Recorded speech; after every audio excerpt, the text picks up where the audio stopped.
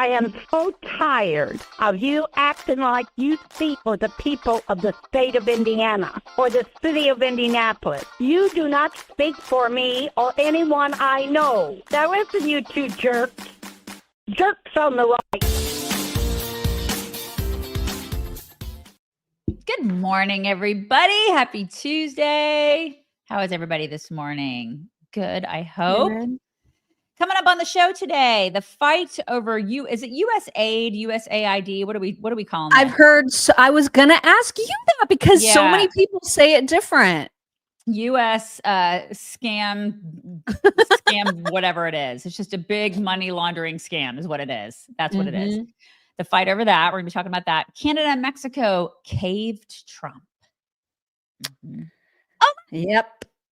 JD Vance visits East Palestine, and creepy Schlossberg dude, that Kennedy kid, he goes after Megyn Kelly.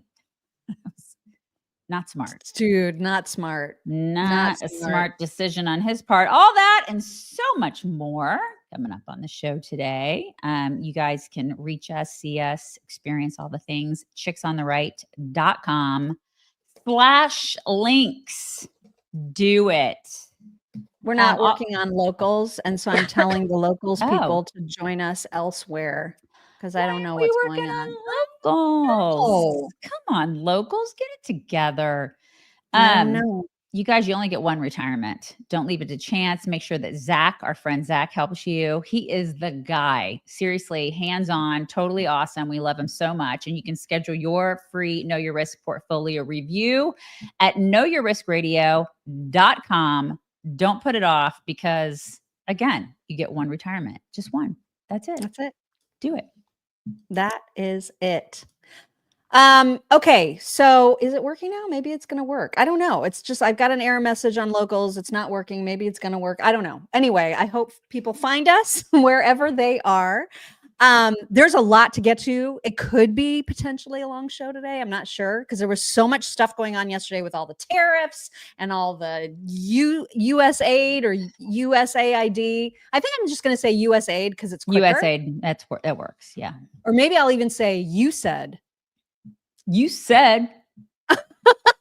Also that's works. Even faster. So well, I don't know. Yeah. We'll just see how that works out. But anyway, let's get to some headlines that are unrelated to the tariffs and the USAID because there was still so much going on even besides that. And then we've got fun stuff to get to later in the program. But first, we're going to kick it off. Like, what is going on with the nominations, you might ask? Oh, yeah. I'll tell you. This asshat, Senator Brian Schatz from Hawaii, all the terrible people other than Tulsi come from Hawaii, apparently. He's planning on doing whatever he can to stall all the nominees until USAID is up and running again. This is according to the Wall Street Journal. Yeah. I don't know how much pull he has. I don't know how much delay power he has. Never heard of him. Never heard of him at all. It's nice. Look at him. He parts his teeth down the middle. Look at him. Everybody. Schatz, Brian he does have a part right there. It's nice that he does that. But I do know that Adam Schiff retweeted this saying, yeah, that's what we're going to do. It tells you a lot. We're going to talk about that, what this tells you. So in any case, they're going to play their games. But Mark Wayne Mullen had a couple of tweets about the progress of the nominees. Here's the first one. He said he was still getting a ton of questions on the timeline for confirmation for the cabinet. Per Senate rules, cabinet secretary nominees can only be processed one at a time, which I did not know, with 30 hours of debate for each one, unless that time gets waived. So when it comes to the stall tactics, I'm assuming that this is what they mean. They're going to use every single ounce of that 30 hours. The Democrats know that the Republicans have 53 seats, meaning the majority will inevitably win on final confirmation, but they need unanimous consent from all members to bypass that 30-hour rule. And Democrats are refusing to allow us to process even the nominees who received 100% bipartisan support, which is why we're calling them out. But this is the leverage that they have. This is the only leverage they have. So he was explaining that in a tweet, and then he went on to say that Pam Bondi's procedural vote was last night. Today, Tulsi has a vote in the Intelligence Committee and RFK Jr. has a vote in the Finance Committee. Cash will follow after that. They can only, again, move one at a time on the floor, but they're moving. So that's where all of that stands. Yeah. Yeah. I swear, these people, they're just babies. Right. They just want to combat everything. It's just like, can we get some stuff done? The American people have a mandate. They just want to get stuff done. Can you quit trying to get in the way? Right. I mean, we're going to keep doing the things. So delaying the inevitable just seems silly and pointless. It is. Whatever. It's absolutely silly and pointless. You're being a child. And that's mean to children.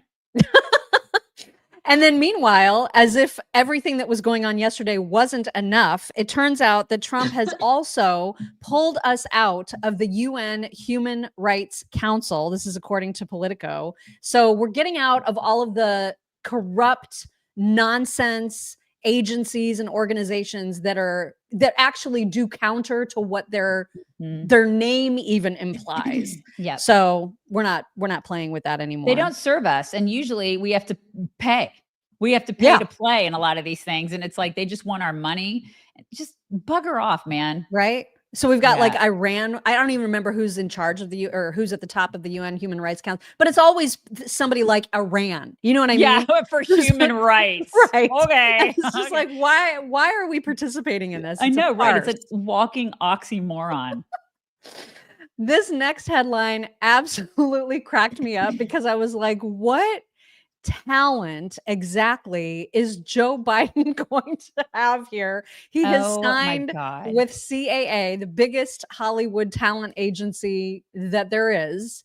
Joe Biden is their new talent. Oh my gosh. Okay, he can barely read a teleprompter, so I don't know what his talent will be, but I'm assuming this probably means that he's going to be doing speaking engagements. I guess so. That's what that's all about. That's how they make their money. But you guys, he can't speak. We've seen that for the last 4 years. I know. This is outrageous. He needs to just like fade back into the bushes, you know? Yeah. This is what a disaster. Oh my God. Yeah. So he's signed. I don't know what that's going to mean, but be on the lookout for speaking engagements and books from Joe Biden. He's definitely not going to be riding a bike. Good Lord. In other news, Kristi Noem hard at work wearing all kinds of hats, literally, but also doing things like undoing the temporary protected status for more than 300,000 Venezuelans. So they have now lost that status and are likely to be deported shortly, which is great. Yeah, it is great. I know. I'm sorry. I'm coughing still, you guys. That stupid flu. It's going around. Yeah. And then speaking of deportations, New Jersey Governor Phil Murphy said the dumbest thing the other day that is now going viral. He apparently is copping to housing an illegal alien in his home. Okay. I cannot with this why guy. He said this and why he's all like, put him up, come and get me about it. I have no idea, but here is the story about that. The governor of New Jersey practically daring the agency to come to his own home. Democratic Governor Phil Murphy declared on Saturday that he and the First Lady are allowing someone pursuing legal status to stay at their home. The governor a little vague on this, but the bold admission came at an event during a broader discussion about the policies of the new Trump administration. Here is the governor. Listen. Tammy and I were talking about, I don't want to get into too much detail. No, you don't. But there's someone in our broader universe whose immigration status is not yet at the point that they are trying to get it to.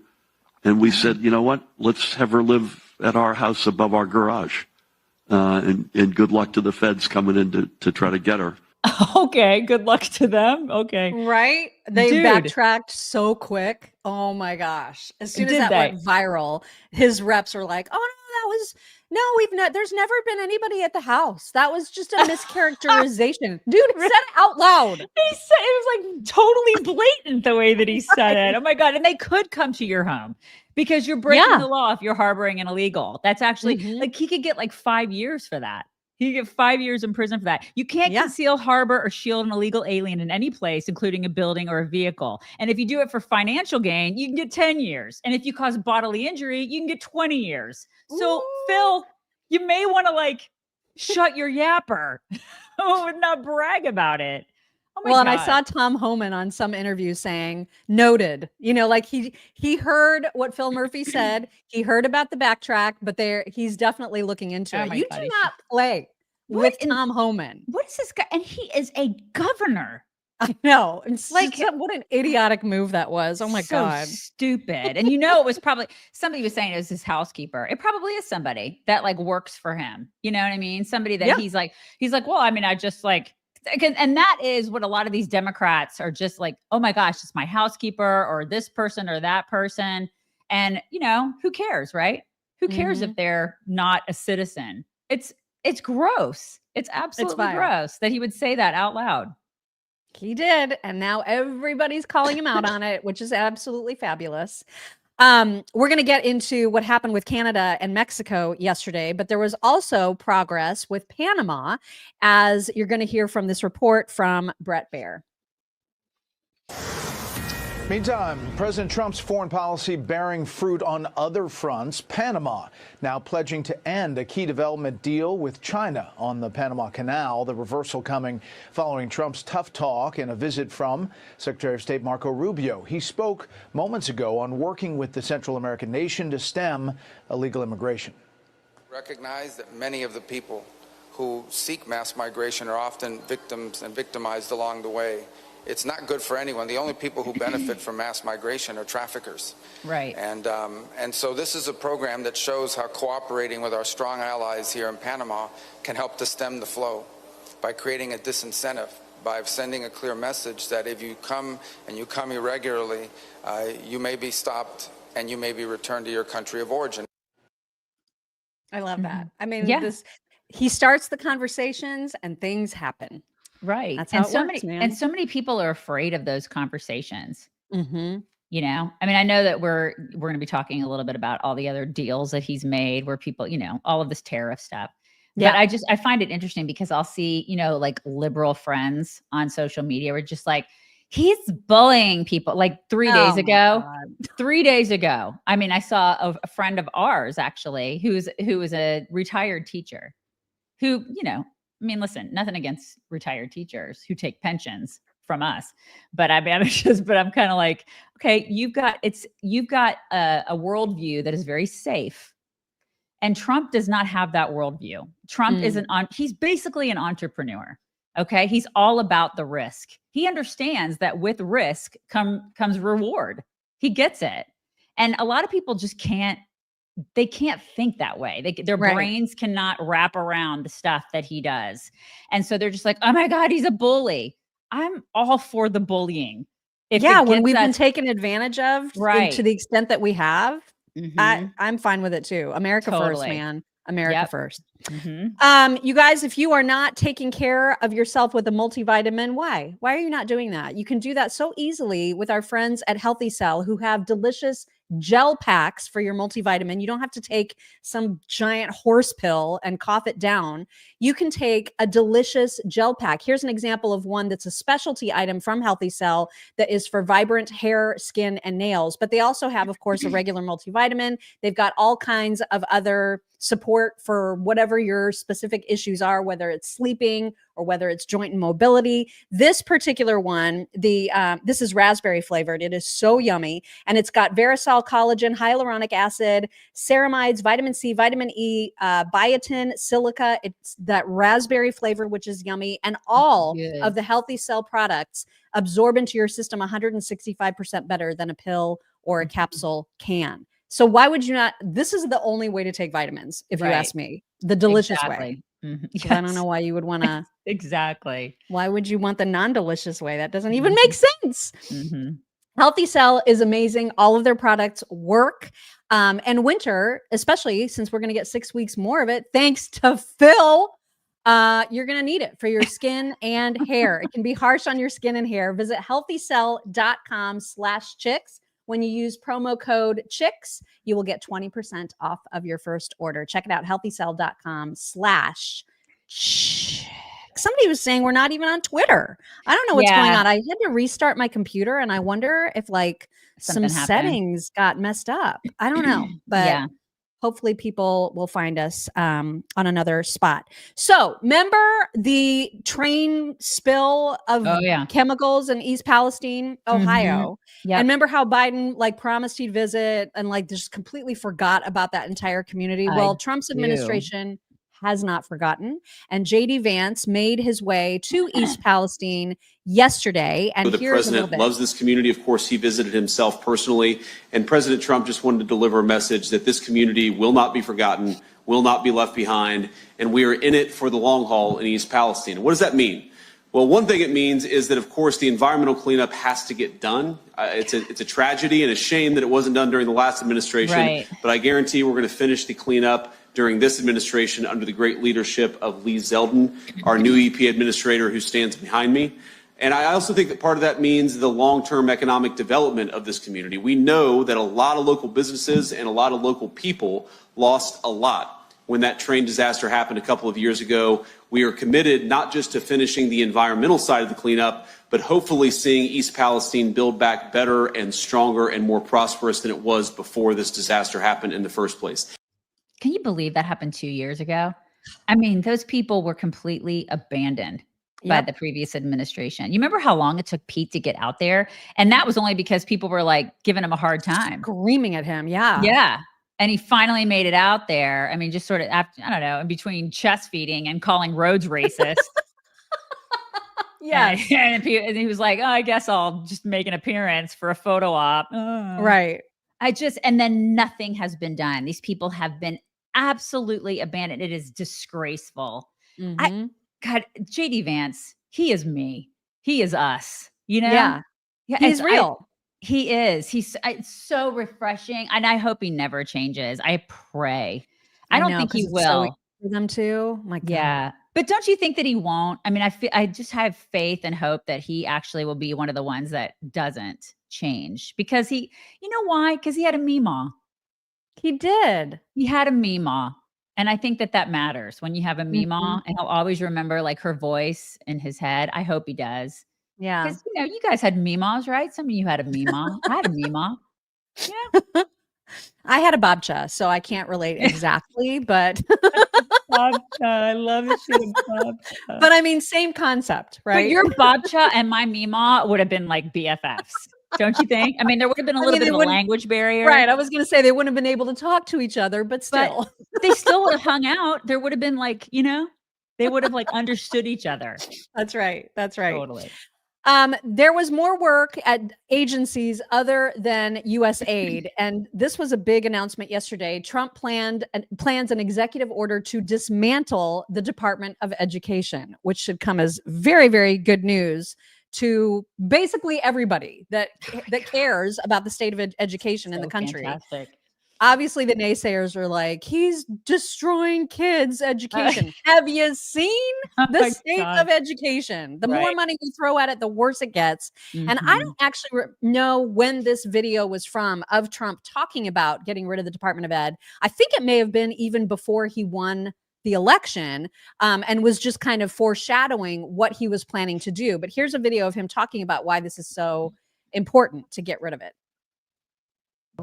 And one other thing I'll be doing very early in the administration is closing up the Department of Education in Washington, D.C., and sending all education and education work and needs back to the states. We want them to run the education of our children because they'll do a much better job of it. You can't do worse. We spend more money per pupil by 3 times than any other nation, and yet we're absolutely at the bottom. We're one of the worst. So you can't do worse. We're going to end education coming out of Washington, D.C. We're going to close it up, all those buildings all over the place, and you have people that in many cases hate our children. We're going to send it all back to the states. Thank you very much. Yeah, so freaking great. And it's happening, man. This is not just talk. Apparently, he put dozens of DOE officials on leave. This was according to ABC News. Those people got a letter with very few details. But apparently, the common denominator is that they all attended a diversity change agent training program. So if they indicated interest in becoming diversity change agents, bye. We are not interested. Not important for educating our kids. Thank you very much. I love that last sentence. The Trump administration has dropped a freaking nuke on DEI in just 2 weeks. So great. So great. And there's all these people crying, like talking to Republicans, like, so don't see, I bet you have all the regrets now. This is why we hired him for this. Right. Specifically to do this. And so we're like, he's checking off all the things we asked him to do. What a concept. Right. Promises made. Promises kept. Damn straight. And then meanwhile, as we discussed yesterday, the Democrats are now headed up by absolute losers, one of which is the vice chair of the DNC, David Hogg. And so there was an old tweet of his making the rounds yesterday, just to remind us what kind of person is in charge at the DNC. Back in 22, not that long ago, David Hogg tweeted, "I'm never planning on having kids. I would much rather own a Porsche and have a Portuguese water dog and golden doodle. Long term, it's cheaper, better for the environment, and it'll never tell you that it hates you or asks you to pay for college." That's who's in charge, you guys. Okay. You know what, though? I'm really glad he's never planning on having kids. Same. It's like super same. I'm okay with that. It's like a lot of the women on the left, all those liberal like freaks that are just like, I'm getting my tubes tied because I don't ever want to. And we're like, okay, that sounds like a good plan. That's okay with us. Do you need cheerleaders? Because we're here. We're here for you. Right. Right. He wants to get a Porsche and a Portuguese water dog. I don't think and golden doodle. Don't forget the doodle. That's right. Got to have the golden doodle. Of course, he's going to have a doodle. It tracks. Doodles. I do love them. It tracks for him now. When the Portuguese water dog, isn't that what Barack Obama had? It looks like a dog with dreads. Yeah. Yeah, like sheepdog, only like more dready. Yeah. Yeah. I'm sorry, but if a dude looks at you and says, "I want a doodle," you're like, what? That does are you gay? It does sound a little gay when you say it like that. Little, it sounds a little gay. A little. Okay.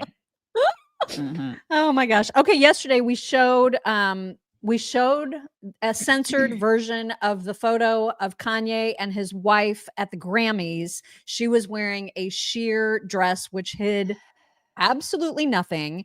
And as a result of that display, Kanye has lost $20 million worth of Tokyo gigs because he apparently, quote, greatly misjudged the tolerance of the Japanese people. God, he's such an idiot. Don't mess with the Japanese. They don't want to see that. They don't want to see it.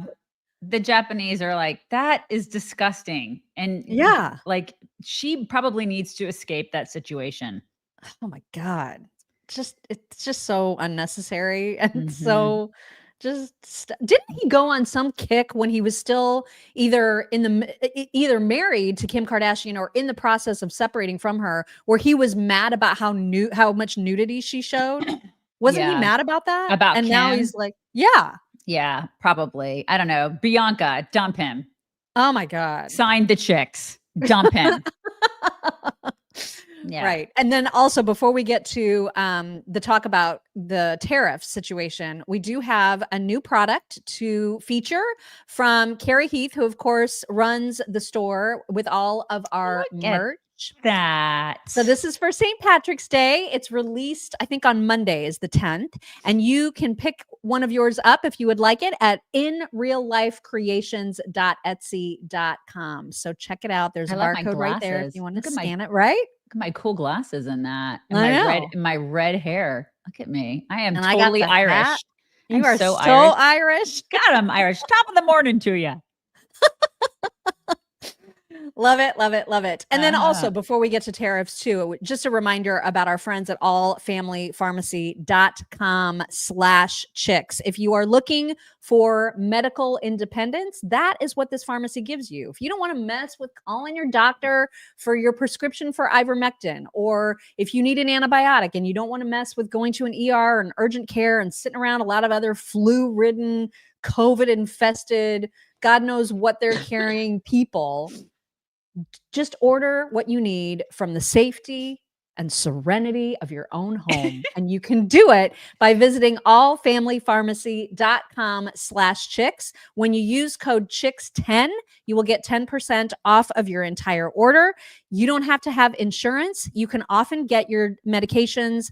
They're usually shipped out within 2 to 4 days, or you can get them overnight if you need them. And it's all delivered right to your door. Visit allfamilypharmacy.com/chicks. And again, the code is CHICKS10 for your discount. All right. So Mexico and Canada, of course, we've heard for days that Trump was planning and in fact said this is happening. There's going to be tariffs on Mexico and Canada. We've been taken advantage of for way too long. And we knew that Mexico and Canada both were like, oh yeah, well, we're going to counter tariff you. So take that, America. And that did not last long. Here was the first report that came out. This was pretty early in the morning, I think right after our show yesterday. It was. Yeah, there was the news report about Mexico deciding to play ball. Here's that report. Fox's alert, and the breaking news of the day is on tariffs. And we just have word that the Mexican president spoke to Donald Trump, and they are going to pause the tariffs on Mexico for 1 month. And Jackie Heinrich is standing by at the White House with more on this development. Hi, Jackie. Good morning, Dana. Yeah, that was pretty short-lived. The president spoke with Mexican President Claudia Sheinbaum, the two sides agreeing to pump the brakes on the tariffs and then retaliatory tariffs that Mexico promised for the period of a month while they work out the terms of an agreement. The Mexican president just posted some of the details. Mexico is going to immediately send 10,000 members of the National Guard to prevent drug trafficking from Mexico to the United States, particularly fentanyl. Also, she says the U.S. is going to work with Mexico to prevent the trafficking of high-powered weapons to Mexico, something that Mexico hit back at when President Trump was threatening these tariffs. Was they were calling on the U.S. to curb the flow of guns from the U.S. down to the cartels. So here is the tweet from Donald Trump about Mexico. He was talking about how he just basically got off the phone with the Mexican president. It was very friendly. She immediately said, we're surging these 10,000 soldiers to the border. They're going to be specifically looking to stop the flow of fentanyl. We're going to, work to help stop arms from going over to Mexico. And then they are pausing the tariffs for a 1 month period as they continue to negotiate. Those negotiations are going to be handled by Rubio and by Treasury Secretary Scott Bessent and Secretary of Commerce Howard Lutnick and some high-level representatives from Mexico. So it's not over, but the conversation is happening, which is exactly the point of this entire thing, right? Art of the deal. Is what art of the deal. Yeah. Yes. And to my point before, it's like it wasn't bullying. It's he understands risk. He understands, okay, I'm gonna push these people and they're gonna give me what I want. And they did. She is. I mean, it may not be everything yet, but it's a start. It's a better start than what we had before, for crying out loud. And this is the thing. People get so uncomfortable with this. Liberals get very uncomfortable. They're just like, but this is mean. And I'm uncomfortable. and then you have the Chuck Schumers of the world who are out there going, we're not going to have beer and avocados. How did that age, Chuck? That didn't age you very well, did it? Because we got pretty much, we're on our way to getting what we want because he is willing to take the risk for Americans. He's willing to put his neck out there and his giant platinum balls. And which Biden obviously was lacking and was constantly just laying down for every other country. This is the thing. So no more. This is the thing. More. Daddy is home. Well, and from the Oval Office, he was also asked before everything happened with Canada and they were still in the midst of the conflict, right? When he was standing firm on Canada's tariffs and he was not monkeying around, he still continued to talk. This was as of yesterday, early afternoon. He still continued to talk about wanting Canada to be the 51st. Look, what I'd like to see Canada become our 51st state. We give them protection, military protection. We don't need them to build our cars. I'd rather see Detroit or South Carolina or any one of our Tennessee, any one of our states build the cars. They could do it very easily. We don't need them for the cars. We don't need them for lumber. We don't need them for anything. We don't need them for energy. We have more energy than they do. We don't need them for energy. So I say, why are we doing this? Why are we willing to lose between $100 billion and $200 billion a year? We don't need them. As a state, it's different. He's so right. He's so right about the energy too. The oil, drill here. I've never understood that. I don't know why we are like using other people when, my God, drill in Texas. Like, what are we doing? And we're so indebted to all these other countries. We don't have to be. We don't have to use them. He is 100% correct. Yep. And he talked about other countries, Canada, Mexico, everybody. He was throwing them all into one category that everybody wants to negotiate now. And it's because of what he's been doing. And so he talked about the impact that's made and how they all want to play ball now. One of those countries is dying to make a deal. You know why? Because they're ripping us off really badly. And the United States is tired of being ripped off. And that's why we have $36 trillion in debt. We have it for a reason, because we make bad deals with everybody. Yep. And we don't allow that anymore. So the Wall Street Journal is wrong, because Did the sound cut out? Right now is dying to make a deal. Because the deals they have right now are so good and so good for them and so profitable for them. You didn't know that Canada didn't allow our banks. You didn't know all of these different things. And I think in the end, you're going to see that either very, very substantial tariffs are going to be paid by them, or they're going to make some kind of a deal. So at first, when the fight was still heating up and all the Canadians were like, I'm canceling my Florida vacation or whatever. Okay. Doug Ford said, starting today and until the U.S. tariffs are removed, Ontario is banning American companies from provincial contracts. So he was playing hardball. And then I think we mentioned yesterday, or maybe not, I can't remember what timeline this was, but Ontario canceled $100 million Starlink deal. And I loved Elon's response to it. He was like, oh well. That's the greatest. Absolutely cracked me up. Nobody cares, Mario. Yeah. And then Justin Trudeau had his conversation with Donald Trump and everything changed. And so you're about to see the tweet from Justin saying he had a really good call. And here's what we're doing. We're now implementing this $1.3 billion border plan that they have had kind of in the back pocket, but not actually implemented. So now they are implementing it. They're doing exactly what Trump wanted. Nearly 10,000 frontline personnel are and will be working on protecting the border. They're also making new commitments to appoint a fentanyl czar. They're going to list cartels as terrorists, just as the United States did.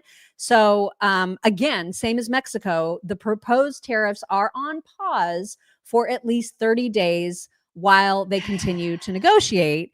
And of course, Trump put out a very lengthy tweet about this as well, saying similar stuff, but at the end saying, as president, it's my responsibility to ensure the safety of all Americans, and I am doing just that. Very pleased with this initial outcome, and the tariffs announced Saturday will be paused for 30 days to see whether or not a final economic deal with Canada can be structured. So there's doubt still about how much they're going to cooperate, but at least they're working. He's like, let's see how far I can bend Trudeau over. You know what I mean? That's right. And Trudeau is hating it. Oh my God, he hates it. Just hating that. And I'm loving every minute of this, every single, I'm just like, this is the greatest thing ever. Listen, because he's like, oh no, I'm going to fight. I'm not going to fight. I'm not going to fight because it's Trump. And this is the thing. They can't. Mexico and Canada caved like within hours. They caved. Mm-hmm. And that just shows you. That shows you who's in charge. Yep. And then Scott Jennings was on a panel with like that horrible Catherine Rampell chick. And she was trying to argue that this means Trump lost, that his bark had no bite, that Canada has already been protecting the border. So nothing new has been achieved. I mean, she is psychotic, that woman. But as always, Scott Jennings as the last word. Here he is. I love him. I know. Well, I think that question was posed on 60 Minutes last night. Let's fast forward to what's happening right now. There are no tariffs. There's a pause on this because, as has been reported by CNN and every other news outlet, both Mexico and Canada have reached agreements today with Donald Trump to do what we want them to do, which is to put people and technology and resources at the border to stop the flow of people and drugs, illegal immigration, stem the tide. That is the whole point of this exercise. And that is apparently what is happening. And yes, there have been some troops there in Mexico. This is an agreement to do permanent deployment. And yes, some of this stuff in Canada was already announced, but now they were dragging their feet. Now their feet are held to the fire. They've got 30 days to really implement, and they can't pussyfoot around anymore. So the point of this exercise today, to me, had less to do with trade and more to do with saying to our neighbors, you need to be better neighbors. We are more important to your economy than you are to ours. So you need to help us with our serious problem, which is illegal immigration and people dying from fentanyl. And they both said yes today, and that is a win for Donald Trump. Damn straight. Yep. And her face. Oh my God. Her face. She's obviously never lost anybody from fentanyl. Yeah. There were actually Democrats who were saying, yeah, but we've only captured like 43 pounds of fentanyl from the northern border, not recognizing that that's enough to kill 10 million people. Oh my God. There's just only 43 pounds. Why are we making a big deal about it? Oh my God. What's the big deal? Just these people are so out of touch. Oh my God. That's exactly right. They are super out of touch. All right, let's get to the USAID, USAID hullabaloo. Because, man, I got to tell you, I'm not ashamed to admit. I mean, maybe I'm a little ashamed. I'm this much ashamed to admit that I did not know anything about this agency before yesterday. I don't think a lot of people did, and I think that was by design. I think if they didn't want us to know who they were or what they were doing because they're complete criminals. That's why. Yeah, it's such a scam, you guys. Such a scam. And the way that you know that it's a scam is by how freaked out the Democrats are and how strongly they're fighting for it. Because they don't give a shit about any potential person overseas that it might be helping. They care about lining their own pockets. This is like the perfect evidence of the deep state is USAID. And Elon Musk held a Twitter space, which included Vivek, it included Joni Ernst and others to talk about what he had discovered about USAID. And the bottom line is that it is a ball of worms. Those are his words, as you'll hear right here. As we dug into USAID, it became apparent that what we have here is not an apple with a worm in it, but we have actually just a bowl of worms. And so at the point at which you don't merely, like if you've got an apple and it's got a worm in it, maybe you can take the worm out. But if you've got actually just a ball of worms, it's hopeless. And USAID is a ball of worms. There is no apple. And when there is no apple, you've just got to basically get rid of the whole thing. That is why it's got to go. You know, it's beyond repair. So, yeah. Well. Yeah. And pay very close attention to the people who are panicking and freaking out about this and grandstanding about it, like getting up on podiums and doing the freaking out. Pay attention to those people. Those are precisely the people that need to be investigated. Oh, yeah, for sure. And the things that this agency was spending money on are, oh my God. It's absolutely atrocious. Yeah, it's obscene. It's exactly right. So yesterday, like at some point during the day, early afternoon, I think, it was announced that Marco Rubio was placed in charge or placed as acting director of USAID, and that it's always been an agency that has supposed to have reported up through the State Department, but according to Marco Rubio, never has. Like it's been completely acting as if it has no oversight whatsoever. And he's putting a stop to that immediately, which is great because as you're going to see from the next several screenshots, the spending by this agency has been, to your point, obscene. It was revealed that they gave millions to Wuhan in 2019. Then attempted, to cover that up. And then there were more specifics. They funneled $53 million to EcoHealth Alliance, which you've heard that name before. Rand Paul has gone crazy over EcoHealth Alliance. They used the funds for coronavirus research. There was a congressman who uncovered that US AID awarded over $1 million to EcoHealth Alliance for research at Wuhan. Oh my God. CBS News report mentioned that the US government may have double billed for research in Wuhan. The DOD provided $39 million to EcoHealth Alliance. This is via USAID. Google.org, along with USAID, funded EcoHealth Alliance research on coronaviruses. I mean, they have their fingerprints all over that. Yeah. All over it. Yeah. And there's more. It wasn't a bat, you guys. It wasn't a bat. Just FYI. Yeah, there's so many examples. So Guatemala got $2 million to strengthen trans-led organizations to deliver gender-affirming healthcare. And they didn't. And let's get real. They didn't. This is all money laundering. Right. They didn't get any of that freaking money for any of those things, which is all bullshit anyway. We all know it's all bullshit. This is all money laundering. It's all just, it's crime. This is just crime. It's the ball of worms. It's a ball of worms. So who got it? Like, who got rich? I want to know who got rich. And I want all those people to go straight to jail. There's a lot. There are some individuals that have been named and a lot of NGOs who have been named who are getting cut off immediately. They apparently also spent $40 billion plus of our dollars to fund foreign aid, $45 million to DEI scholarships in Burma. Unbelievable. $520 million for consultant-driven ESG investments in Africa, $1.2 billion in awards to undisclosed recipients. $1.2 billion. Are you freaking kidding me? $1.2 billion to we don't know. I don't know. What? Here's one dude. This is taxpayer money, right? Yeah. Yeah, it doesn't matter. This is one dude that got named, Stephen Leonelli of DC, got almost $1 million to support development, democracy, and innovation, inclusive development hub programs, protecting the rights of lesbian, gay, and all intersex individuals. It's just madness, you guys. Scam. It's all a scam. The biggest scam. Our founders are spinning in their graves. And we wonder why we're broke. We wonder. Yeah. And look at this. Over the last few years, $20 million on a Sesame Street show in Iraq. Oh my God. $56 million to boost Egyptian and Tunisia tourism. $40 million to build schools in Jordan. $150 grand for Korean kids to visit DC. And $11 million to tell Vietnamese to stop burning trash. I feel like I could have done that for $0. Right? Do they not have email? Could they just not have sent an email about that? Apparently not. No. Oh my God. It's just, it's painful. It's painful to look at this. Yep. Which is why, to your point, Elon Musk said this is another description for these types of payments is money laundering. Totally. That's exactly what it is. Right. And when I hear these people on the left and I see it on my social media and they're like, Elon Musk is just a citizen. Why is he in charge of the US Treasury? This is what I see all the time.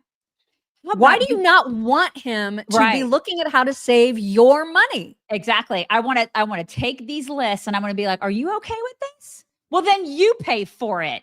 Right. Yeah. A-hole.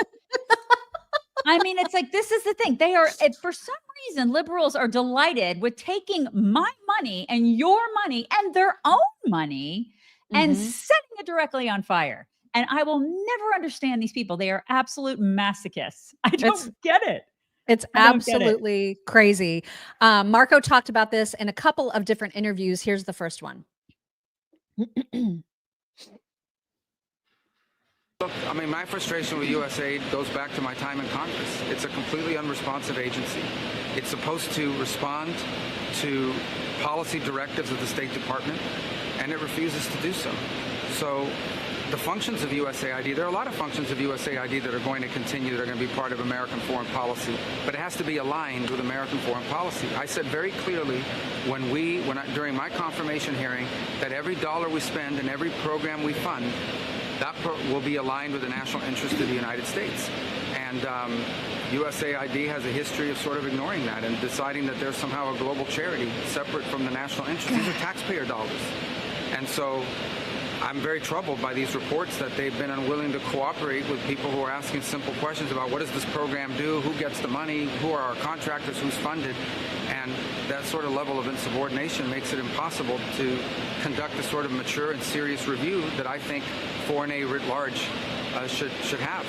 We're spending taxpayer money here. These are not donor dollars. These are taxpayer dollars. And we owe the American people the assurances that every dollar we are spending abroad is being spent on something that furthers our national interest. Troubled is a kind word. Troubled is kind, don't you think?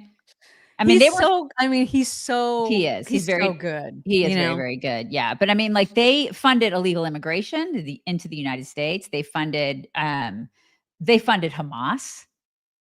through these NGOs. Yeah. Right. They just handed out money like it was, I mean, you see what all the stuff, just like it was candy, and they were giving it to other countries. First of all, if we're broke, we shouldn't be giving any money to any other country ever, right? To anybody outside of the United States. I think that's just a personal opinion, but I feel like the founders were in line with what I'm thinking.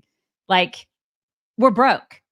No money for anybody anywhere except for within the confines of this country. Like, it's just absurd that these people were like, let's just go ahead and give $11 million to tell people not to burn trash. And what was it? Korea? I can't remember what it was. Taiwan? Vietnam. Vietnam. Yeah. Okay. Thank you. It's like, what are we doing? Like, how does this even happen? Who decides? And like, we know that that's not even what's happening. We know that it's absolute theft. It's just theft. And so, so rotten. It's so rotten to the core, which is why the worm analogy is so spot on. Like, it is he's saying the whole thing needs to just be set on fire. And even Trump said yesterday, I love the idea of USAID. I love the idea of soft power and using it in ways that it is intended to advance our own interests. But that's not what's happening. It's corrupt to the core. Right. And I'm so glad that somebody like Marco Rubio is now kind of on top of it, in charge of it, able to direct what's going on. He was in an interview also on Fox where he had this to say. USAID.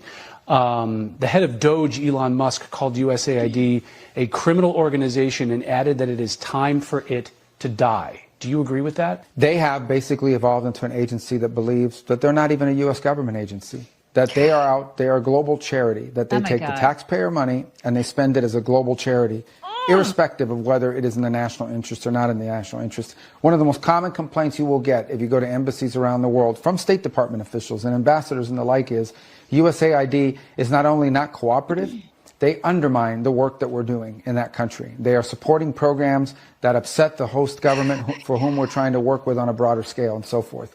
So they're completely unresponsive. They just don't consider that they work for the U.S.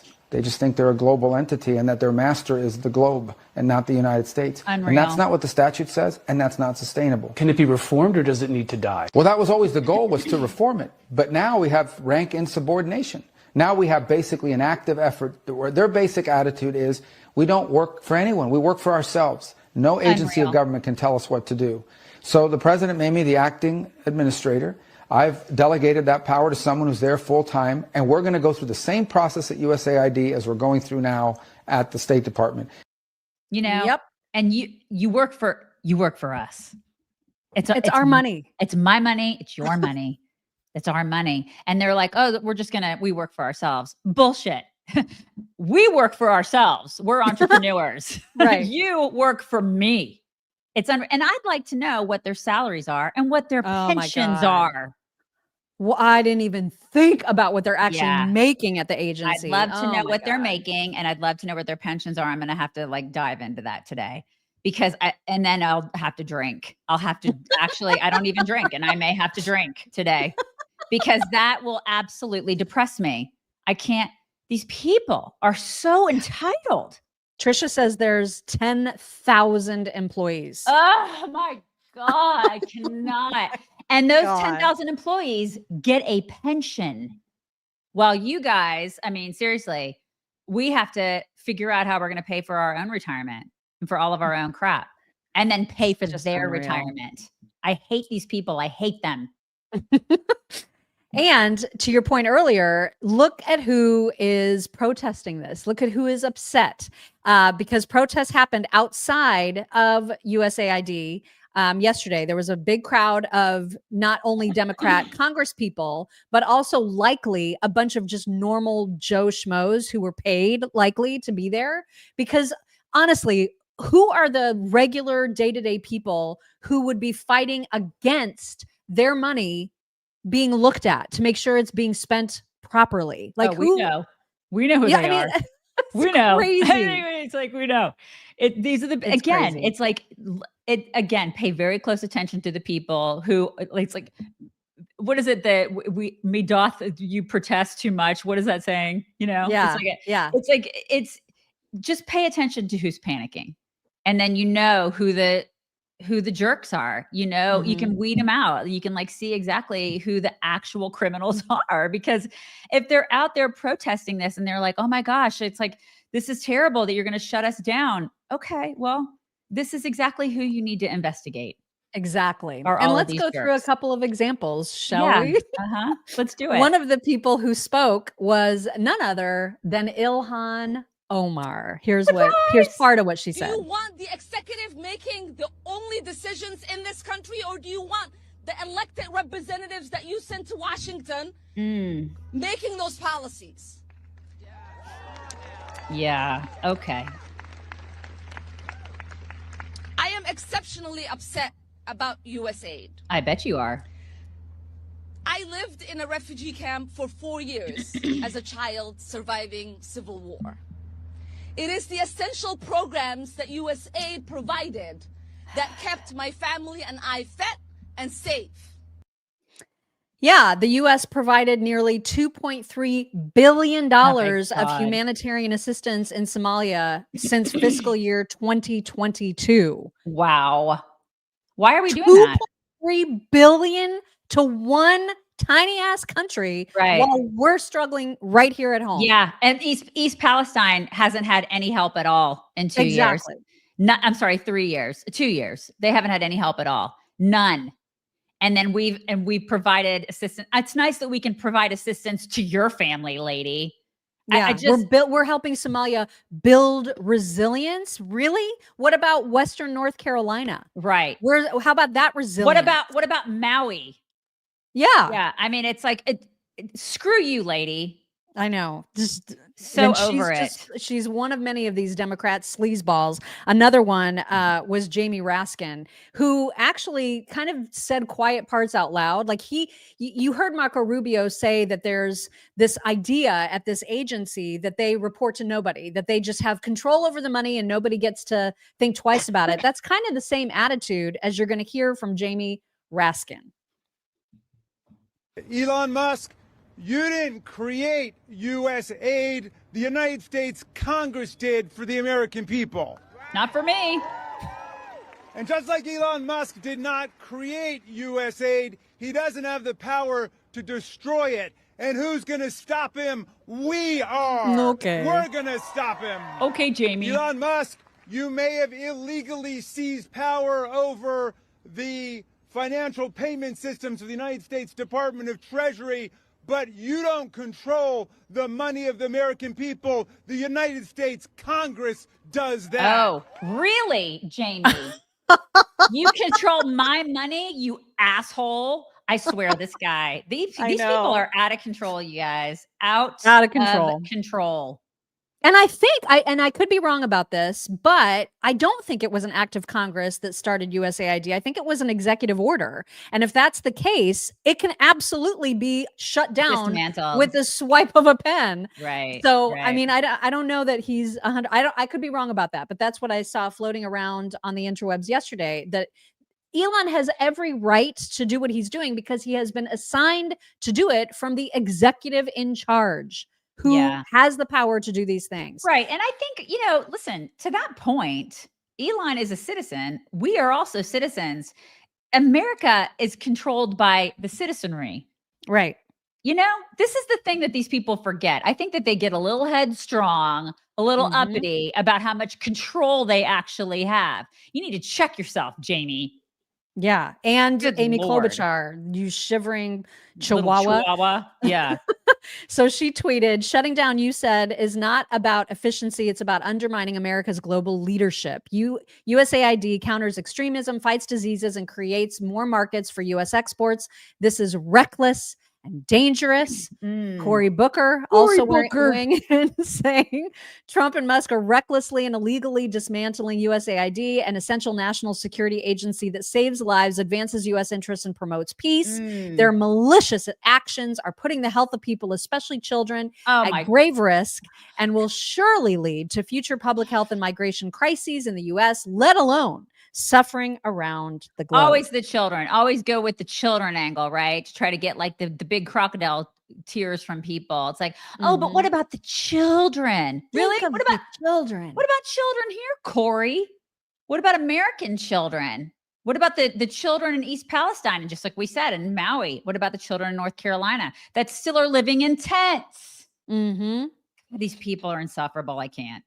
And it's not just Congress people who are freaking out. It is also celebrities. I would like you to read this ridiculous screed from Mark Ruffalo. Oh, from the Hulk. It's from Hulk. Here we go. Oh, here we go. You guys, he has gone off his rocker in this one. Elon Musk wants his empire on Mars.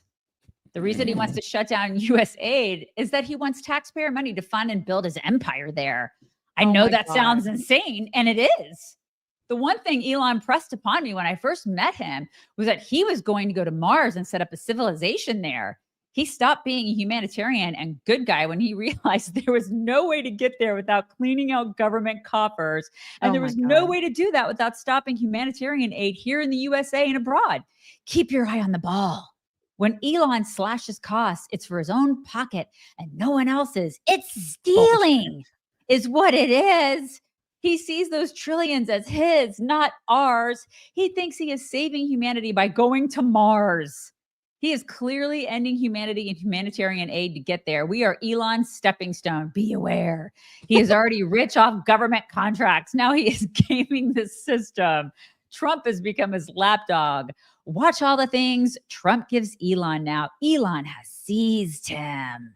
That is a real tweet. Batshit. Absolutely batshit crazy, this guy. He has lost his mind. Oh my God. You can't make it up. Right. And he can't see, like, he thinks that the government, like these people in government who are literally laundering money, have his best interest in mind. He believes that. Like, these people actually believe that, and bless their hearts. I know. They're there, Mark Ruffalo. Right? They're there, guy who pretends to be.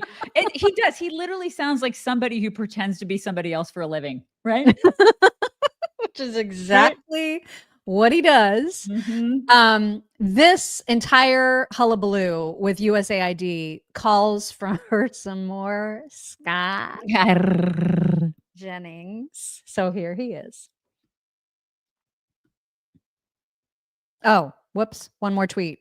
Yeah, from Milo and Elon. Milo said, by closing USAID, Trump and Musk have toppled the most gigantic global terror organization in history, to which Elon replied, bullseye. Yeah, exactly. And you know what? I think we'll all sleep pretty well knowing that if we can dismantle that thing together, it's like, I love it. I think it's fantastic. How you guys feeling about it? Pretty good? I'm fine. Good. I'm good with this. Mark Ruffalo can suck it. Okay, now for real, here is Scott. Who's running the government? I mean, I know you know how this works, but the president's in charge. Your president is. You can't undermine your own government. He's in charge of the bureaucracy, and all they're asking for, Phil and everybody else, is for the money that we spend around the world to be aligned with U.S. foreign policy interests. They have put out a long list of programs that have nothing to do with our interests. Why can't we go in and root that out and redirect the money coming from the Secretary of State to the things that matter the most? That's it. That's all they want. Scott. That's all they want. This is not hard. By the way, he's your president too, lady. So deal with that. We also have, you know how nobody else can word things quite the way that Senator Kennedy can? Yes. So he also talked specifically about his colleagues who are all bent out of shape about what's happening with USAID. And here is what he said. Put all this in context for you. I like omelets. I mean, I really like omelets. I could eat an omelet at every meal. I like omelets better than sex. Not really, but you get the point. I like omelets. You can't make an omelet without breaking some eggs.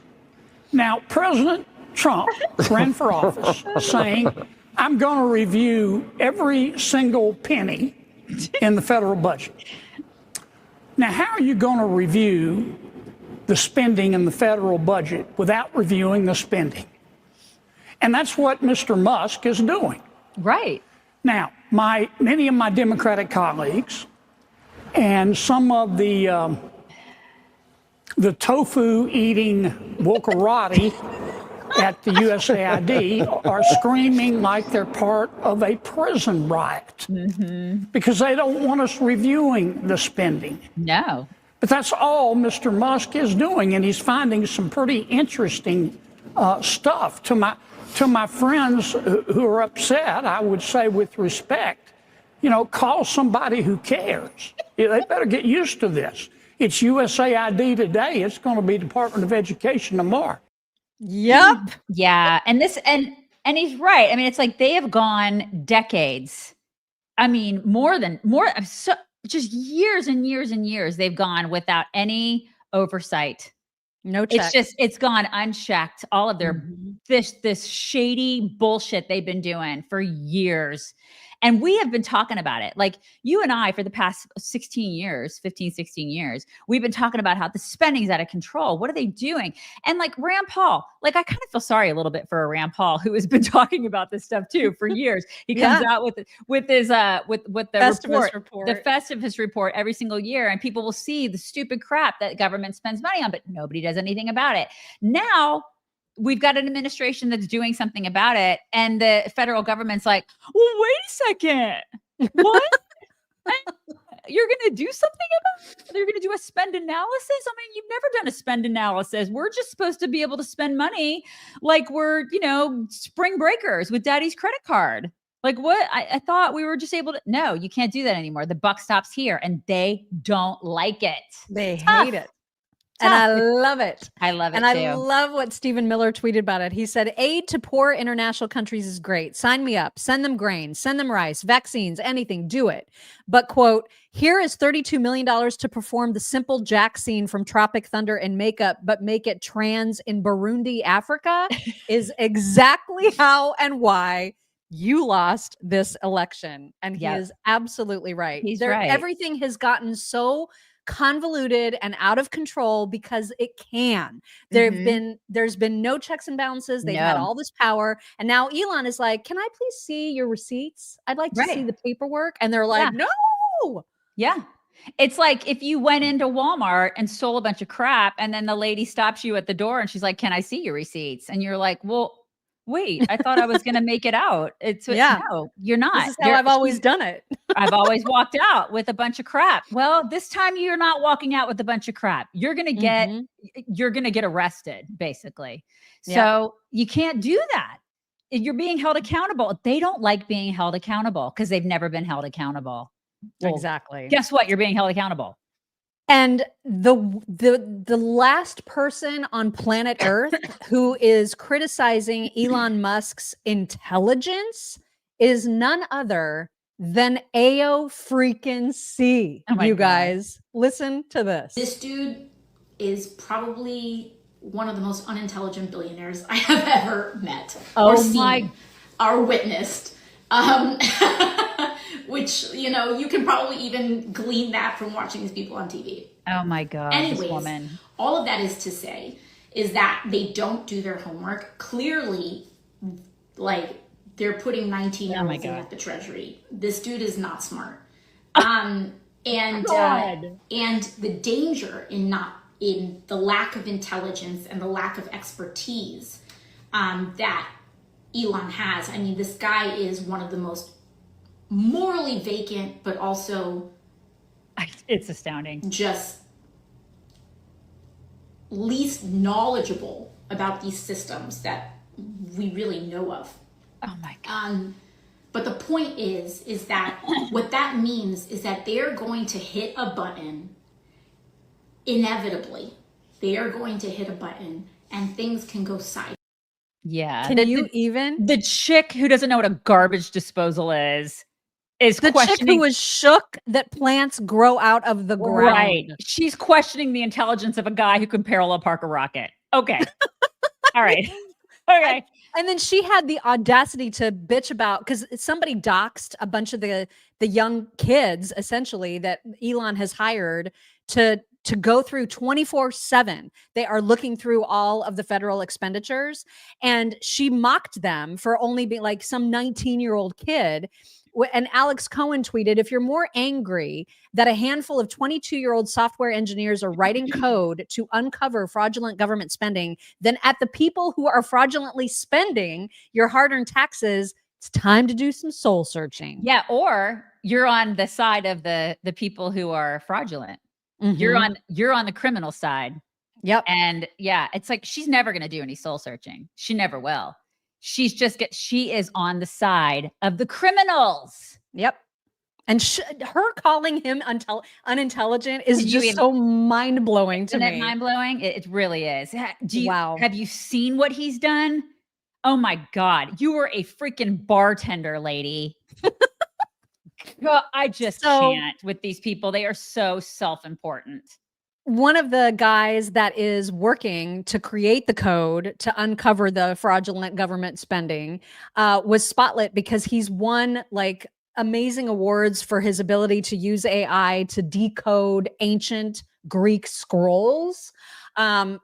So if AOC wants to measure her intelligence compared to this kid, by all means, let's have at it. I had to cut this down just for time, but this will give you an overview into who this kid is and what he is capable of accomplishing. This is exactly the kind of person that you want looking into the government.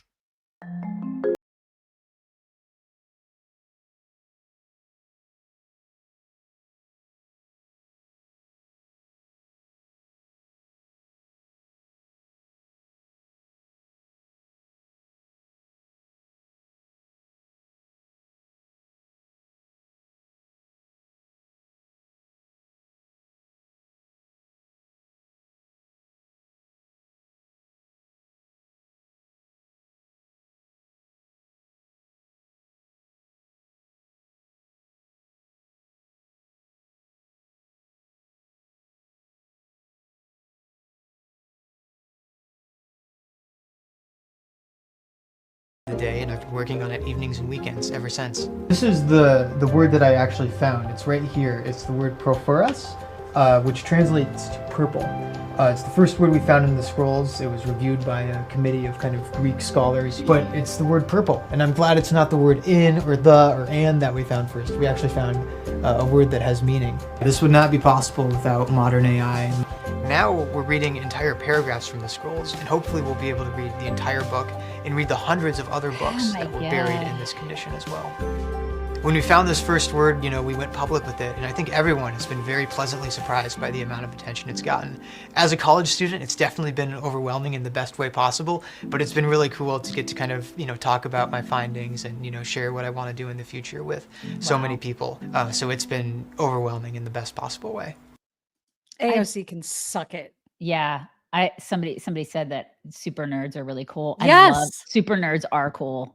Yes. They are they're literally what is going to drive our entire civilization forward.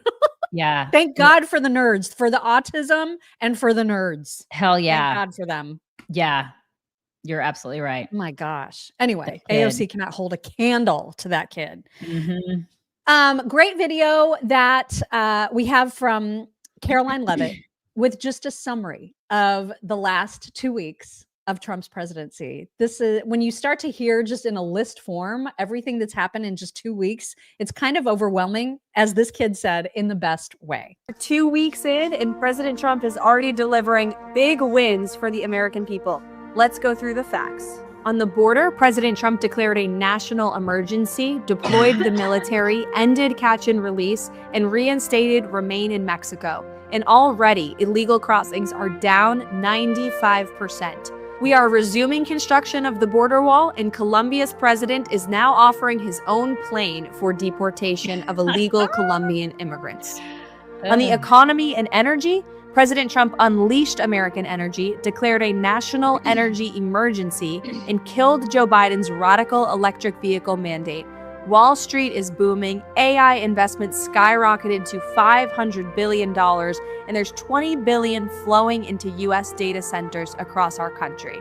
President Trump is restoring law and order. He labeled the drug cartels as foreign terrorist organizations, and he is deporting criminal illegal aliens, and he signed the Laken Riley Act into law.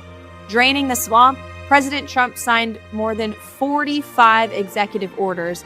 DEI has been purged from the government and our military, and lazy federal workers have been ordered back to the office.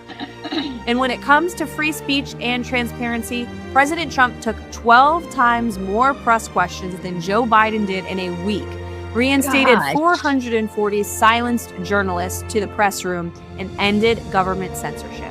Promises made, promises kept, and we're just getting started. I love it. It's fantastic. How can you not? Like, how can you not love that? When she said that border crossings were down 95%, I'm like, who is the 5%? Those people are idiots. I know. Why are they Those still people- trying? Just What are you stop it. doing? Stop trying. Right? Yeah. She's amazing. Like, She she is. is such a And firecracker. there's the two other ones that hang out with her that are like on her team. It's like the blonde like squad that she's got. She's got a squad, you know, Really? and they're all gorgeous and they're all Of course. blonde. Yeah, I don't know all their names, but it's her with like two other chicks, and they are a force. It's like Yeah. they're the comm squad is what they are, and they're all like I think in their 20s, and And it's just- amazing that they are able to work for someone that they don't have to hide, you know? Yeah, it's just they're all so good. Mm-hmm. I just cannot. Oh my gosh, yeah. Yeah. In my 20s, I was not like that.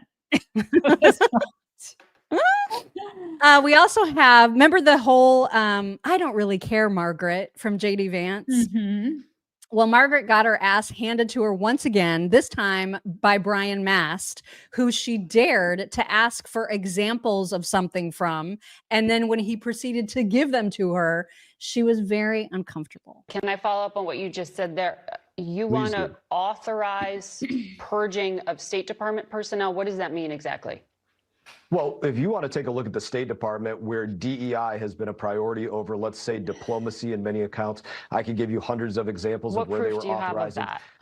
Sure, let's list them off. $500,000 to expand atheism in Nepal, $50,000 to do, let's see, a transgender opera in Colombia, $47,000 to do an LGBTQ trans comic book in Peru, $20,000 a pop to do drag shows in Ecuador. Shall I continue with more examples of where It DEI was the certainly priority? seems like there could be a review of things. Really? Really, Margaret? Could there be a review of things? But she is just she's A review- becoming- is it me that's frozen or are you frozen? It's You not look me. frozen to me. I'm not frozen. Is it me? I don't feel frozen. Who's frozen? Was it me? Was I frozen? I never froze. To me, I never froze. So I don't know. I who was didn't frozen. either. But you're back. I'm back. We're Okay. back. Yeah, she's an idiot. I don't know why. She just needs to stop. She just needs to quit her job and go For work real, at she's the Starbucks. Just stop worst. it. Just stop, Margaret. And so I put three of the, when JD said, I don't really care, Margaret, I put three of those together just because I like it so much. So you're going to see those. And then you're going to see a story. This was like JD Vance's appearance on Tucker forever ago, but it is when he introduced his dog to Tucker. And so I was like, I love that. So Yeah, everybody I love has this to one love it with too. me. Yeah, Atlas. Yes, I love Atlas. So here Mhm. is the not really caring and Atlas. Margaret, I don't really care, Margaret. I don't really care, Margaret. Well, first of all, before we start, who is that? This is Atlas. Atlas, come here. What's up, buddy? So this is Atlas, which I found out on the internet a few weeks ago that he's actually a rent-a-dog that was given to me by the campaign to make me seem like I'm a dog fan. How this weird. is You're weird. It's actually hysterical to hear these lefties be like, "Oh, that dog, that's totally not his dog." And, you know, of course we got him when he was like an 8-week-old puppy, and we've been, you know, we love dogs, and he's been our little guy, but he's like so well trained and so normal. It's like shocking to me that anybody would think that he's not our puppy. Here we are. On the road with you. He's on the road with us. I mean, this is How do you not love him? Why would they say that? Why would they be like, "Oh, he's just a rent-a-dog"? It's because he's trying to appear. Remember when they tried to act? It seems like so long ago when they tried to make JD Vance weird. Do you remember? Oh, that's right. That Do you was such an remember? effort by Walls Uh-huh. to make him look weird. And then they put Waltz in like hunting gear. I mean, I feel like that was forever ago. It really wasn't that long ago. But No, it hasn't. Yeah. And we went through all that, and we had to, and JD Vance is like the most normal guy. He's so he's probably the most normal guy in politics. Yeah. The most normal. And they were like, let's try to make him weird. Okay. All right, Dems. Oh my gosh. Nice. Also, there's a flashback of Melania being asked by Mika Brzezinski about immigration. And I love how Melania is just like, you're a moron. Idiot. Yeah, you're an idiot. Right. So Uh-huh. I'm not sure what year this exchange took place, but it's a good one. You're an immigrant. Yes. Do you ever think he's gone too far? I follow the law. Yeah. I follow a law the way it's supposed to be. I never thought to stay here without papers. I had visa. I travel every few months back to the country, to Slovenia, to stamp the visa. I came back. I applied for the green card. I applied for the citizenship later on after many years of green card. So I went by system. I went by the law. And you should do that. You should not just say, okay, let me just stay here. And whatever happened, happens. Yeah. Yeah, you should do that, Mika. Because I don't know if you know this, you idiot, but there's a difference between legal and illegal. Democrats don't understand that. That's like a chip that they're missing. They all are of them. Yeah, they're all missing that chip. What All of is them. that? I don't know. I Good do not Lord. know. But you guys, look, she's on a magazine cover. Oh So my she gosh. is now on the cover of Hello Magazine, a portrait of a first lady. It's She a looks world amazing. exclusive. She invited them to do an interview. And so it's a She looks whole new presidency awesome. this time around, you I guys. know, right? It's fantastic, isn't it? It's about damn time. Mm-hmm. It's about damn time. In a minute, I'm gonna need There's going to be a new Super Bowl ad targeted at all of us Americans to stop hating each other already. You Oh, guys, okay. stop the I hate you because we're from different neighborhoods. I hate you because you look different. I hate you because I don't understand you. I hate you because people I know hate you. I hate you because I think you hate me. Because I need someone to blame. Because you talk different. Because you act different. Because you're just different.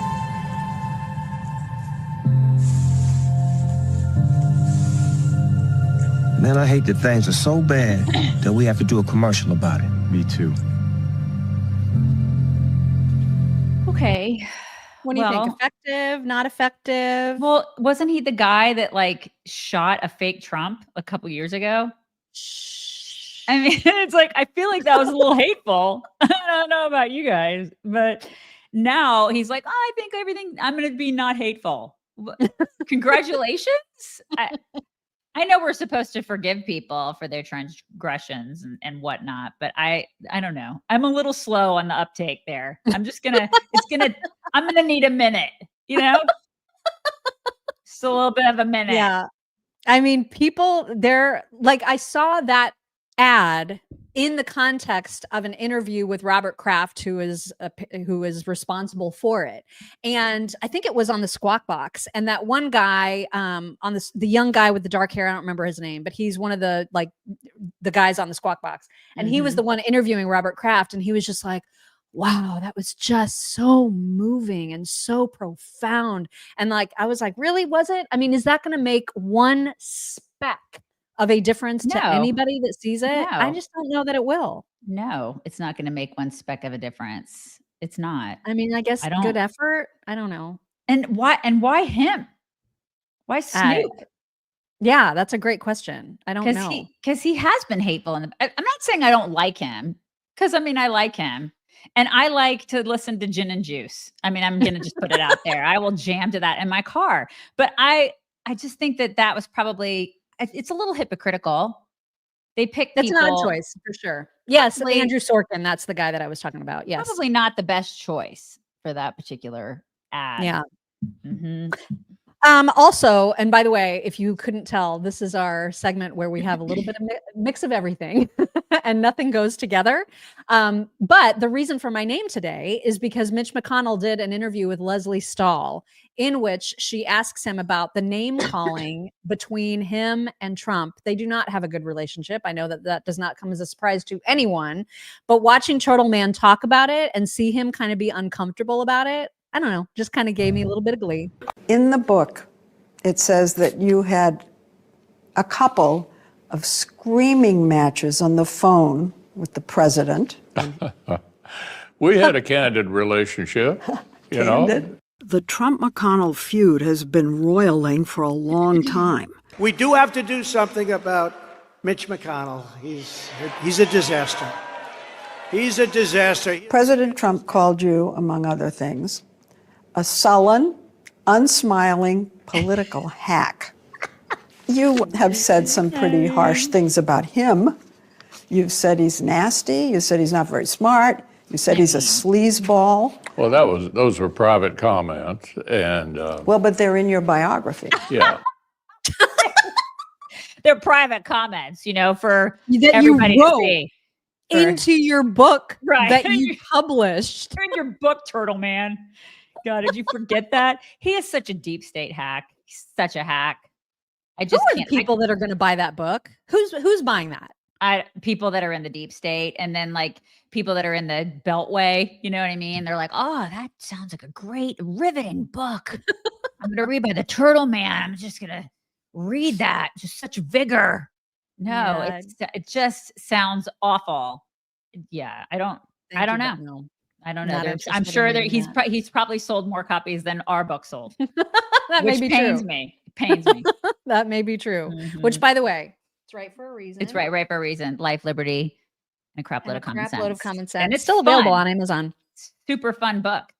Super fun. Yeah. I apologize in advance to anyone who is eating or has eaten or plans to eat ever for what you're about to see.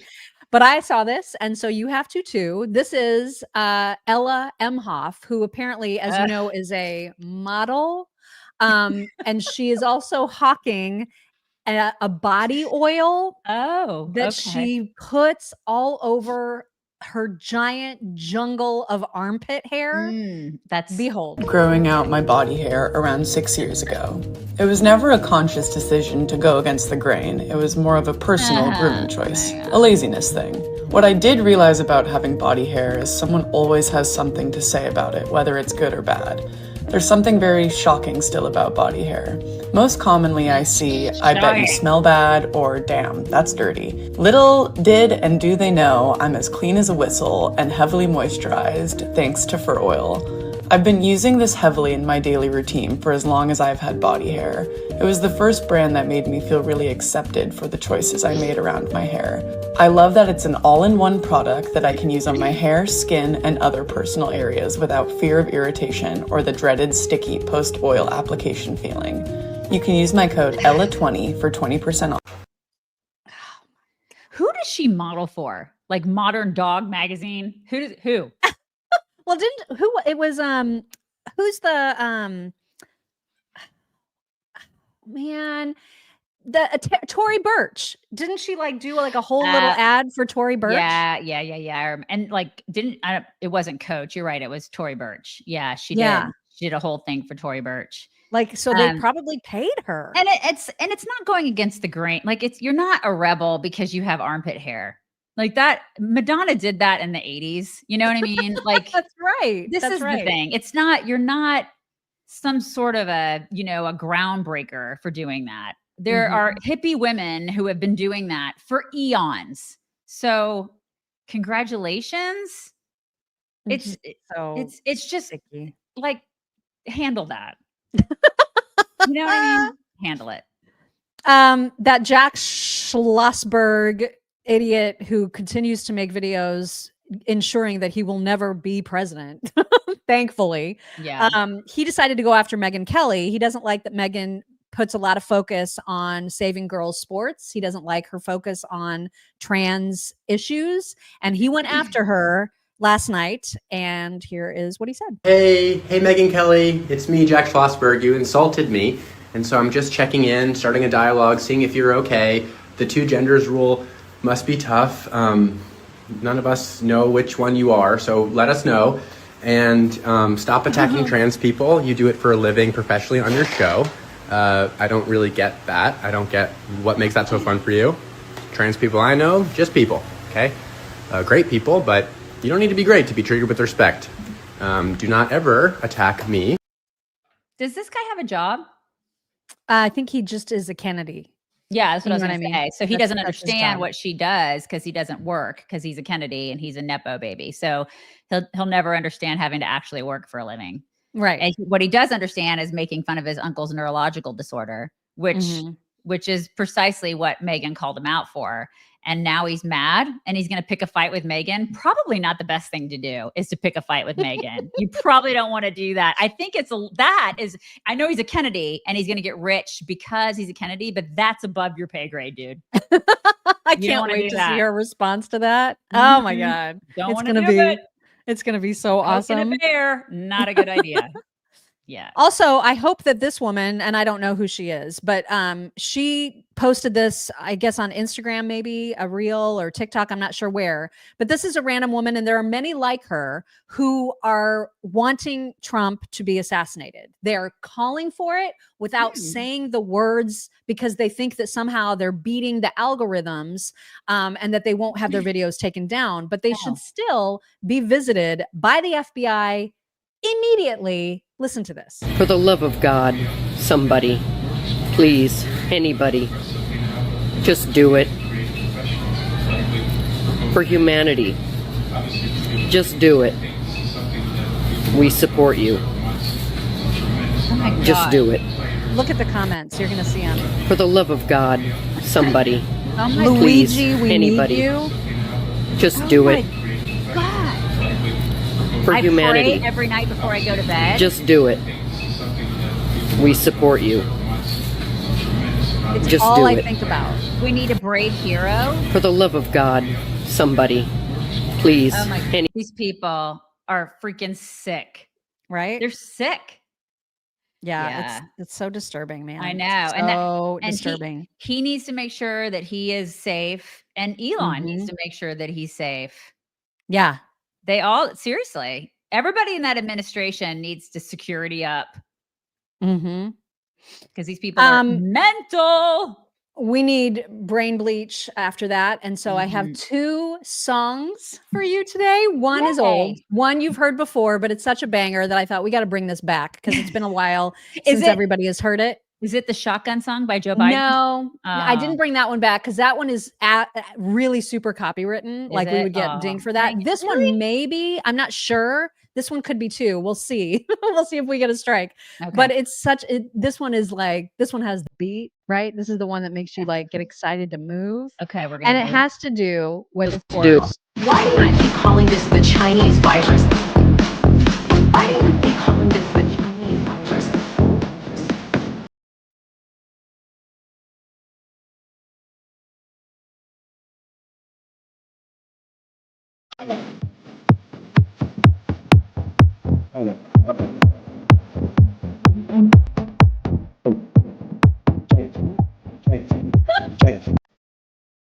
Yeah, I was just like totally getting down. Yeah. Right? It's so The good. beat dropped. We were all raging, yeah. weren't we? Raging this morning. Yes. But now we're going to take it down a little slower. Oh, is there a slow song? There's a slow song. It's a ballad, if you will. Where's my friend that I slow dance with? I need a slow dance with somebody. I need a slow dance.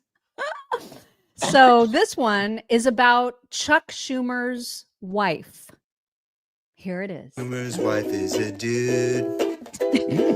deep inside, you know that it's true. You can try to deny it, but it's so hard to do. Chuck Schumer's wife is a dude. She's a dude.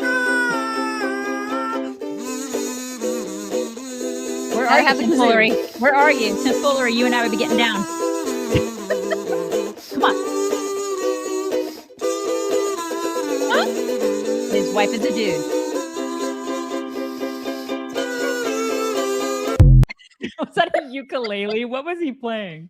It was a kazoo. Let me see his name. Byron the Magician. That was awesome. His wife is a dude, you guys. His wife is a dude.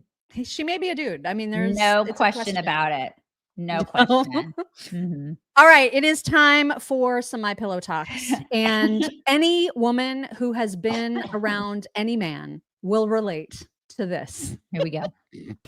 So you gave birth at 4 a.m. this morning. Yeah. Oh, God. No drugs. All at home. Yep. So you endured all that pain. Mm-hmm. And now you know what it feels like when I had that cold last week. It's so true. So true. Right? It was so perfect. It's Oh so my God. perfect. Oh my gosh. So true. And then also pandas. There's a reason panda bears are like the cutest bear. They're like bar none. You cannot find a Yeah. cuter bear than a panda bear. Uh-huh. But It's the true. reason that they're so close to extinction all the time is because of the next two videos that you're about to see. They are so clumsy, you guys. So They are clumsy. dumb. They are pretty dumb. Look at this. Oh my God, they're so cute, but so dumb. They're like the AOC of bears. They're so cute, though. Oh my God. They're just Look at their little butt. Look at his little butt. So cute. and they're just so roly-poly. Like, Yeah, it's like, oh, I'm gonna fall down. Yeah. oh my God, I just love them so much. Yeah. Those are the bears that were made at Temu, you know? They are definitely China bears. For sure, they're China bears.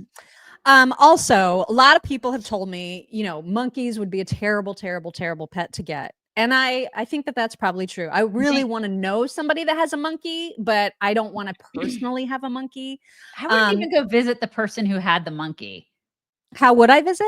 No, I said I wouldn't even want to visit the person that Really? had the monkey. Yeah, because there's always a chance that the monkey's going to rip your genitals off and then like maul your face. Am I wrong? I'm not wrong, you guys. It happens all the time. I don't think the little monkeys do that. I don't think the little ones do it. There's always a risk. But Always. they are very high maintenance. This woman wants to show her morning routine of making coffee, and she has two of those little, what are they, the itty bitty ones? Like the capuchin monkeys, I think, maybe? Capuchin monkeys. Is that the little ones? I think so. I think that's right. Yeah. You guys, they are so fast and so impossible to deal with. This reminded me on a whole other level of when you came to my house that one time and I made you a sandwich and you walked it into the living room with it over your head because you're so used to your dogs trying to get your sandwiches. I know, isn't that weird? It's just like, it's involuntary with me. That's how I hold my food. I hold my food like this, you guys. That's what I do because I have Great Danes. It's like, what are you doing? Like, I was like, what? You don't walk around like this with your food? What's wrong with you? Do you not own Great Danes? What is wrong with? That's what I do in my house. It was so funny to me because I didn't know why she was doing it, and I was like, "Are you proud of your sandwich? Like, are you just super? Are you trying to like show the gods your food? What are you doing?" Yeah, that's what I was doing. So funny to me. But now I'll never forget it. And take that and times it by a factor of 1 billion. And that is what it's like to make coffee around monkeys. I have to stand here like this and cover it so they don't stick their hands in it. I'm also pretty sure one of the monkeys is in this cabinet. And then I have to go like this. Yeah. And then walk to my cup like this. So then I have to open the cup. Oh my God. I and can then never do a little do this. transfer. What? But then I have to open my milk and keep my hand covering my coffee, and then I pour my milk in, we don't get to see how much because they're too fast and we'll stick their hand in that good. Oh my Then, God. I don't know if you guys have ever seen this. They make cold foam in a can now. And they know what this is because I think they can smell sweets. I'm not even kidding. So we have to leave a little hole open and just squeeze some That would drive caramel me in. insane. I mean, I think my dogs are annoying. Like that. That is Stick it in insanity, there. Mom. Okay. Look at them trying to eat the cold foam. I could not deal. I could not. No. They're super cute, but that would make me insane. You know, and then people get mad at me for saying this, but I would be flinging monkeys. I'd be flinging them. I'd be like, what? They'd be fine. I'd be flinging them across the room. Get out of my coffee. There'd be monkeys flying everywhere. Flying across. Really complicated. Plus, she just makes a complicated coffee anyway. Like this is, I mean, that's a lot of shit to go in one cup. A lot of stuff. I do that too. I have very complicated coffees, but still, I mean, I cannot have a bunch of capuchin monkeys all up in my business. It's a lot. I mean, it is a lot for sure. Yeah, it would drive me nuts. All right. I want you to try to smell this nap. I think you're going to be able to smell. I really think you'll be able to smell it. This looks like the most delightful smelling nap ever. Yes. Oh my God. I want to be the black and white dog. Right? I want to be that black and white dog so Oh bad. my God. You can smell it. I can smell it. You can smell that nap. You guys, can you smell it? Ah, and the softness and the warmth. Oh my God. Oh, God, the best nap ever. Somebody called it a cuddle puddle. That's exactly Max. Max says it's a cuddle puddle. Yes, hashtag cuddle puddle. Yes, Max. Okay, and then lastly, before we get to thank yous, and then I do have some gifts that I want to mention and a very special shout out that I want to mention. But first, we're going to finish off talks today with babies and dogs. You can't get anything better than babies and dogs. Babies and dogs. Oh, it's a puppy. That's a puppy. So sweet. Oh my God, bath time is the best. And that's a lab. He's going in. That is the cutest.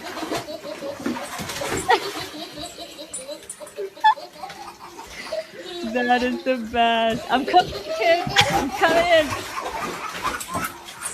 So cute. That kid. Oh my God. Oh God. I hope he's old enough to make a core memory of that, because that is solid. Just that the most just precious happiness, joy, pure joy. Oh my God. Babies and dogs, man. You just cannot get anything cuter right? than that. You can't. Just shove an old person in there and you've got the trifecta. It's true. It's the true. Greatest. All right. From Venmo yesterday, Jay Fisher came to clarify and said, clarification, at the Senate hearings, they place foam core, like thicker, sturdier cardboard boards, like the onesie pics by Bernie, on easels for 2 seconds, fight with the nominee, and then take them down and trash them. Why aren't they digital with PowerPoint slides? So yeah, he's talking about those giant poster boards that they put up during hearings, and what an absolute waste of money that is. Yeah, he's absolutely right. It's true. And then it's true. He went on to say, continued, what a waste of our money. My apologies. Venmo made me abbreviate too much yesterday. You're right, though. You're absolutely right. Like, they are so behind the times. Imagine what a lot of these departments are doing and how antiquated their systems are, just based on what you see. Oh my God. Yeah. And then from the ball pit yesterday, from Baw0929, who said, I love Clean from Coat Defense for Humans. The single and the shampoo is amazing. I love, love, love it. I do too. It's amazing. Super citrusy. It's awesome.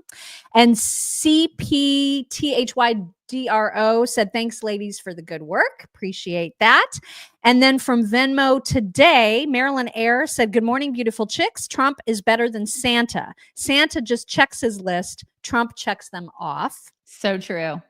And Sharon Pack said, yesterday, Trump nominated Joe Kent from Battleground, Washington for director of the National Terrorism Center. Joe has run for Congress here in Washington, but hasn't been able to win in this liberal state.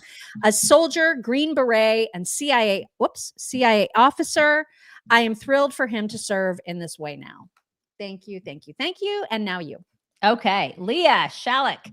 Joe Biden's talent, a remake of Weekend at Bernie's. That is a talent. Yeah, that's all I got to do is just cart him around. That's true. Very good point, Leah. Brian Brumley, maybe Joe is getting the gig as the new spokesperson for Visiting Angels. America's choice in home care. We were a little off on the harmony, but that's okay. We're a little rusty. Shelly King, whoa, daddy. I'm a retired teacher. I am also a taxpayer. I now work for a healthier agency yard. Most work is for Medicaid payments. I pay myself through my taxes.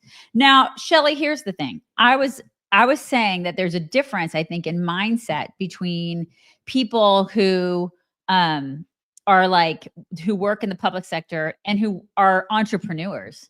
And there is a definite difference. Like, if you rely on taxpayer money or if you rely on just a paycheck, like even my husband is very different than I am. My husband worked for, eons in the private sector, but he relied on like a corporate check, right? And he was very like, I'm going to work and be loyal and then get the gold watch. He was that guy. And Miriam and I are not like that. I mean, we did that for a little bit, but we are entrepreneurs. And if you we never were there long enough to get the gold watch. Right. So, I mean, there's a difference in mindset, which is kind of what that was my point. Greg Moore, hire Biden for Republican events. It'll be fun. It's a great idea. Very true. Nice contrast there. Jersey Diane, is she legal? Who are we talking about at 10 to 9? I don't know. I have no idea who. Sorry, I don't remember who we were talking about. Jason Decker, I am spitballing here, but instead of America funding aid to other countries, how about the government of those countries take care of those in need? Remember, like the guy from the former president of like somewhere in Africa? Yeah, Kenya. Who was like, why is everybody crying? We need to take care of ourselves. Right. What a concept. Yeah. Truck 1701. I'm pretty sure that the brain, Elon, isn't going to tell Pinky Ruffalo his plan. True. Very true. Tim Foolery, my dance partner. I'm with you, Daisy. Keep on dancing. We got to dance soon, Tim Foolery. Stevie J, is it me or is Trump getting stuff done so fast it's hard to keep up with? Yeah, he is, because he knows he only has 4 years. He's got a lot of stuff on that list, and there's a lot really to clean up. Because you have an election that could potentially thwart some of what he's doing. So he's only really got 2 years. You're right, because the midterms. You're absolutely right, Mock. So yeah, he doesn't have much time, you guys. He's got a motor. And he is. Yeah. So, all right, you guys, we're bringing it in. Let's bring it in. And then if you want to stay to hear about a couple of gifts and one particular shout out, please do. But we're bringing it in for those who don't want to. Okay, you guys. Well, we can say happy Tuesday to everybody and then stick around. Okay. Yes. So unfortunately, this letter came to my P.O. box and I got it yesterday. Daisy and I only hit our mailboxes about once every couple weeks at the most. God. If that, for me, sometimes it's tough. Yeah. Yeah. So this came from Dan Higgins, who wrote, "Good afternoon. My wife is a big fan of your video podcast. She watches every day. She commented once how she would love to have her birthday mentioned on your show. I don't know how to get a birthday shout out, but if you could do it, it would be much appreciated. If there is a fee involved, please accept this." And he sent a $20 bill. Oh my gosh. And then he said it's Jody Higgins from Lakeville, Pennsylvania. But unfortunately, I missed her birthday because I didn't get this until yesterday. Her birthday was Sunday, the 25th of January. And he wanted us to shout her out on our Friday, the 24th show, which obviously did not happen. So hopefully this belated shout out will still count. Happy 51st birthday to Jody Higgins from Lakeville, Pennsylvania. Happy birthday, Jody. Happy birthday. And then from our friend Suzette Paramore, who sent us those Happy Everything platters. This is an attachment. Oh my The God. newest attachment. I love it. It's so nice. Thank you, Suzette. So cute. And then lastly, I'll just, this is like, this wasn't something that somebody spent money on, but this was the most meaningful thing. I just love this card that came from Kathy Giuliani, who said, I bought a People magazine to read on a flight. And there was this article in it, and I thought you might like to read it. And I did love reading it. It was 25 things to know about Robbie Williams. And there were things on there that I did not know. Robbie Williams actually wrote the article, and he said, here are 25 things you probably don't know about me. And I love this. I love so much that somebody on a flight saw this and thought, who would love to read this is Mock, and I'm going to mail it to her. That is so sweet. You guys are the best. Seriously, our community is the absolute best. I just thought that was so sweet. That was very, very sweet. So thoughtful. Thank you, everybody. I know, right? So nice. You guys, we hope you have a wonderful Tuesday. We'll talk to you tomorrow. Bye. Bye, everybody. Hello, beautiful people. This is the Chicks on the Right's Indian correspondent. Thank you for watching or listening. Be very sure to like, subscribe, and ring the bell to stay up to date on all of their delicious content. Okay, thank you. Come again.